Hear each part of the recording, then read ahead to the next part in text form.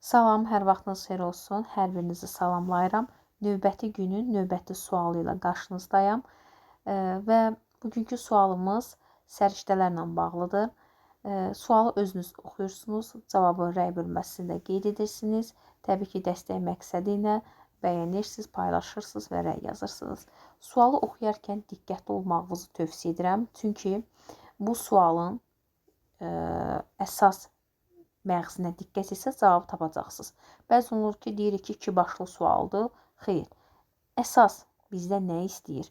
Bu sualı oxuyanda əslində müxtəlif səriştələrə aid edə bilərik. Bizə açar məqamlar dadımıza çatmayacaq. Kökündə nə dayanır? Əsas bizə sual təqdim olunur. Sualı diqqətlə oxuyuruq. Kökündə nə var bu sualın? Nə istəyir? Nəyə əsasən bu belə oldu? Onu tapırıq təbii ki. Diqqətli olmağınızı tövsiyə edirəm. İnanıram ki, hər biriniz izaha qulaq asmamışdan öncə də özünüz oxuyub qeyd etmirsiniz ki, hansı variantda. Keçək suala. Özüm oxuyuram. Təbii ki, ilk öncə sualın şərtində deyilir. Həsən müəllim yay tətilində Şəkiyə gedir. Bu Həsən müəllim bəxtəvər müəllimlərdən biridir, maşallah olsun. Onlara Azərbaycanın adət-ənənələri haqqında məlumat verir. Həsən müəllim turistlərlə ünsiyyət zamanı xarici dildə danışaraq fikirlərini əsaslandırır və arqumentləri gətirir. Burada Həsən müəllimdə hansı səriştə formalaşıb? Belə baxanda Həsən müəllimdə, yəni kim oxudu, inanıram ki, yəni izahdan sonra deyirsiniz ki, yox, ay müəllim sizin düşündüyünüz cavabdır. Burada əsaslandırır, arqument gətirir, söhbətin görüb, qaçıb gedib tənqid təfəkkürü götürənlərimiz var. Gəlin boynumuza alaq da, məncə var. Məsələn, biz deyirik ki, fikir əsaslandırmaq, arqument gətirmək, münasibət bildirmək, öz sözlərini ifadə etmək tənqid təfəkkürdür. Sizlə razıyam. Amma bu istiqamətdə razı deyiləm. Tənqid təfəkkür ola bilməz. Deyəcəksiniz niyə? İndi hissə-hissə izahını verirəm. Bəziləriniz isə burada Azərbaycan adət-ənənələrini görüb də mədəni müxtəlifliyə hörmətlə götürmüsünüz. Bu da yanlışdır. Əslində adət-ənənələrə hörmətlə yanaşmaq, başqa dillərin, başqa belə deyim də ölkənin adət-ənənələrinə belə deyim də hörmət etmək, bu nədir? Mədəni müxtəlifliyə hörmətdir. Tolerantlıq nümayiş etmə mədəni müxtəlifliyə hörmətdir. Sizdən razıyam. Amma Azərbaycan adət-ənənələri haqqında məlumat verir sadəcə. Və fikirlərini əsaslan, arqument gətirir sadəcə. Lap yaxşı. Bunları nəylə edir? Nə var burada? Arqument gətirirəmsə, adət-ənənələrimiz haqqında, Azərbaycan adət-ənənələrimiz haqqında məlumat verirəmsə, bu məlumatı hansı dildə verirəm bu turistlərə? Heç öz-özünüzə sualı vermisiniz? İnanıram ki, verməmisiniz. Çünki diqqətsizlik etmisiniz, tələsmisiniz, səbirli yanaşmamısınız. Bunların hər birin bu Həsən müəllim Azərbaycan adət-ənənələri haqqında məlumat verməsi, fikirlərini əsaslandırması, arqument gətirməsi bunları turistlərlə ünsiyyət zamanı xarici dildə danışaraq edir. Ünsiyyət zamanı xarici dildə, yəni bu sözlərin hər birin xarici dildə fikirlərini çatdırır. Əgər xarici dildə, başqa dillərdə, yəni ana dilində, xarici dildə ünsiyyət qurması nə olacaqdır?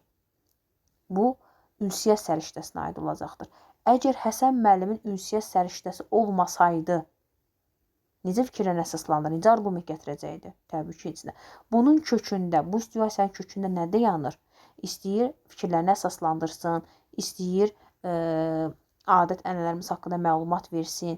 Bunun ünsiyyət zamanı kökündə nə dayanır? Bunun xarici dil söhbəti dayanır. Biz gedib xarici dildə sözünü burada tapıb da cavabımızı elə müəyyənləşdirəcəyik. Çünki fikir əsaslandırma, arqument gətirmək, burada misal çəkirəm, xarici dil olmasaydı, bəli, fikir əsaslandırır, arqument gətirir, münasibət bildirir. Bu nədir? Hansı bir məsələ? Tənqid təfəkkür götürərdi. Amma burada Həsən müəllim başqası ilə ünsiyyət zamanı həmin onların dilində danışır. Axı bu turistlər başqa bir xarici dildən gəliblər. Xarici dildə danışırsa, öz fikirlərini onlara başqa dildə, yəni xarici dildə fikirlərini əsaslandırıb arqument gətirirsə, Həsən müəllimin də danışığında, ilk danışığında hansı səriştə var ki, bunu edir, Təbii ki, ünsiyyət səriştəsi var, bunları edir. Ünsiyyət səriştəsi olmasaydı, bu yanaşmanı edə bilməzdi. Ona görə də xarici dildə fikir əsaslandırma, arqument gətirmə, münasibət bildirmə başqa dildə təbii ki, olacaq ünsiyyət səriştəsi. Yəqin ki, sizə izahım aydın oldu.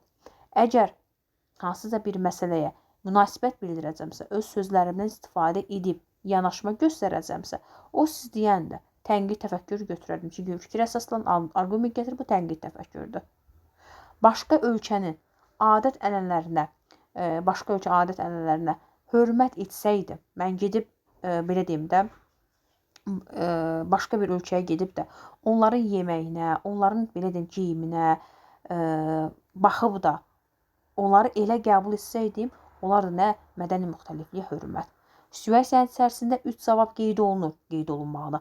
Amma kökündə nə dayanır? Həsən müəllimin hansı səriştəsi var ki, bütün bu yanaşmaları edib və təbii ki, ünsiyyət səriştəsi var ki, başqa xarici dildə, yəni başqa ölkənin sakinləri ilə xarici dildə danışır. Ona görə ünsiyyət səriştəsi sualımızın cavabıdır. Yəqin ki, izahım sizin üçün aydın oldu. İzahım aydın olsa da təbii ki, bəyənirsiniz və öz fikirlərinizi də yazırsınız. Dinlədiyinizə görə də hər birinizə təşəkkür edirəm.